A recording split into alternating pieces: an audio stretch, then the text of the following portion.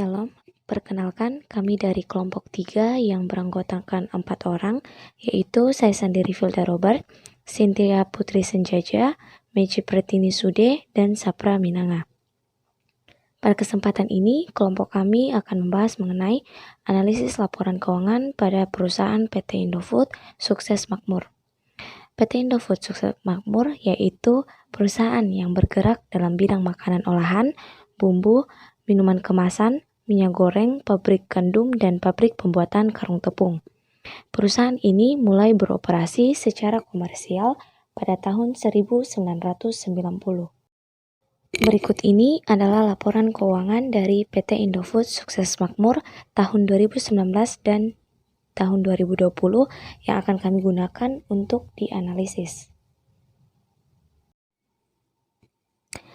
Pertama yaitu analisis imbal hasil PT Indofood Sukses Makmur, yaitu menghitung imbal hasil ekuitas pemegang saham biasa dengan menggunakan rumus laba neto dikurang dividen saham preferen dibagi rata-rata ekuitas pemegang saham, yaitu laba neto dapat kita lihat pada laporan laba rugi tahun 2020-nya, yaitu sebesar Rp12.889.087,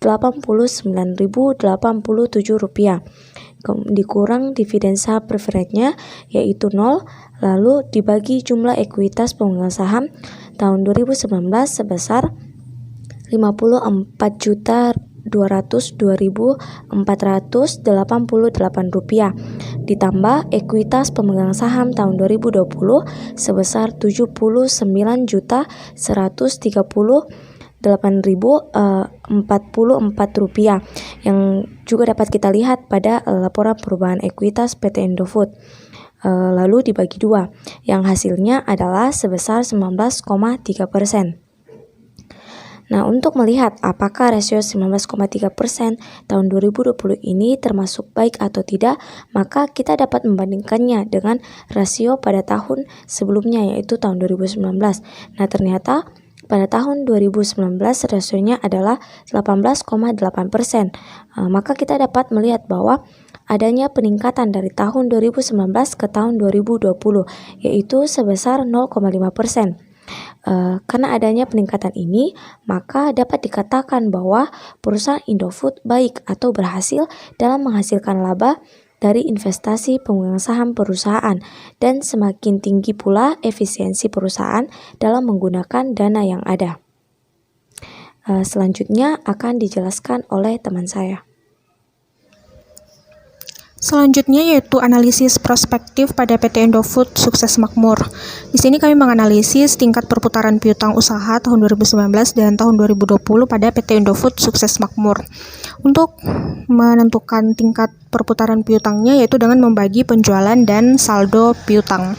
Pada slide sebelumnya telah diperlihatkan laporan laba rugi dan juga laporan posisi keuangan PT Indofood Sukses Makmur pada tahun 2020 dan juga 2019. Dari situ kita dapat melihat penjualan pada laporan laba rugi tahun 2019 PT Indofood sebesar Rp76.592.955.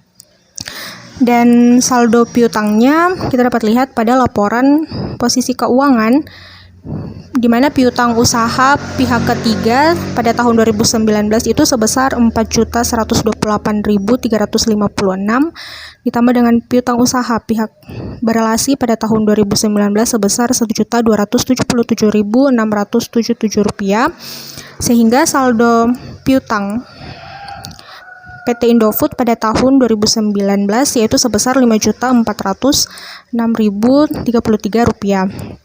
Dari sini kita dapat mengetahui tingkat perputaran piutang usaha PT Indofood pada tahun 2019 yaitu sebesar 14,17%. Kemudian penjualan PT Indofood pada tahun 2020 yaitu sebesar Rp81.731.469 dan saldo piutangnya sebesar Rp6.429.130 yang didapat dari piutang usaha pihak ketiga pada tahun 2020 sebesar Rp5.315.611 ditambah dengan piutang usaha pihak berelasi pada tahun 2020 sebesar Rp1.113.519, sehingga dapat diketahui tingkat perputaran piutang usaha PT Indofood pada tahun 2020 sebesar 12,71%. Seperti yang kita ketahui, semakin tinggi tingkat perputaran piutang suatu perusahaan, maka kualitas piutang perusahaan atau kesuksesan perusahaan tersebut dalam menagih piutangnya semakin bagus. Nah, kalau kita lihat di sini, tingkat perputaran piutang usaha PT Indofood itu tinggi, yaitu sebesar pada tahun 2020 sebesar 12,71%. Hal ini memperlihatkan bahwa efektivitas PT Indofood dalam mengelola dan mengumpulkan kredit menjadi uang tunai itu bagus, sehingga dapat dikatakan bahwa prospek PT Indofood sukses makmur ke depannya dalam membayar kewajiban-kewajibannya itu dapat berjalan dengan baik karena arus kas perusahaannya lancar. Selanjutnya yaitu mengenai analisis kredit PT Indofood sukses makmur. Jadi rumus yang digunakan untuk menghitung jumlah hari penjualan dalam piutang pada tahun 2020 adalah piutang usaha dibagi rata-rata penjualan hari yang dinyatakan dalam angka 6.429.130 rupiah dibagi 81.731.469 rupiah per 36 hari sehingga diperoleh 28 hari yang artinya untuk melunasi piutang tersebut dibutuhkan 25 hari. Selanjutnya, analisis kredit dari PT Indofood sukses makmur. Nah, rumus untuk menghitung jumlah hari penjualan dalam piutang pada tahun 2019 adalah piutang usaha dibagi dengan rata-rata penjualan harian. Nah, di mana piutang usaha itu sebesar 5.406.33.000 dibagi dengan 76.592.955.000 per 360. Nah, dari hasil bagi rata-rata penjualan harian didapatlah 212.758,2.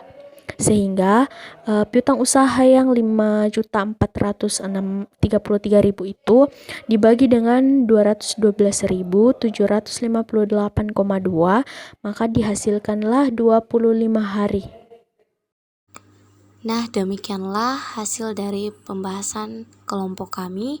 Apabila ada kesalahan kata, mohon dimaafkan. Terima kasih.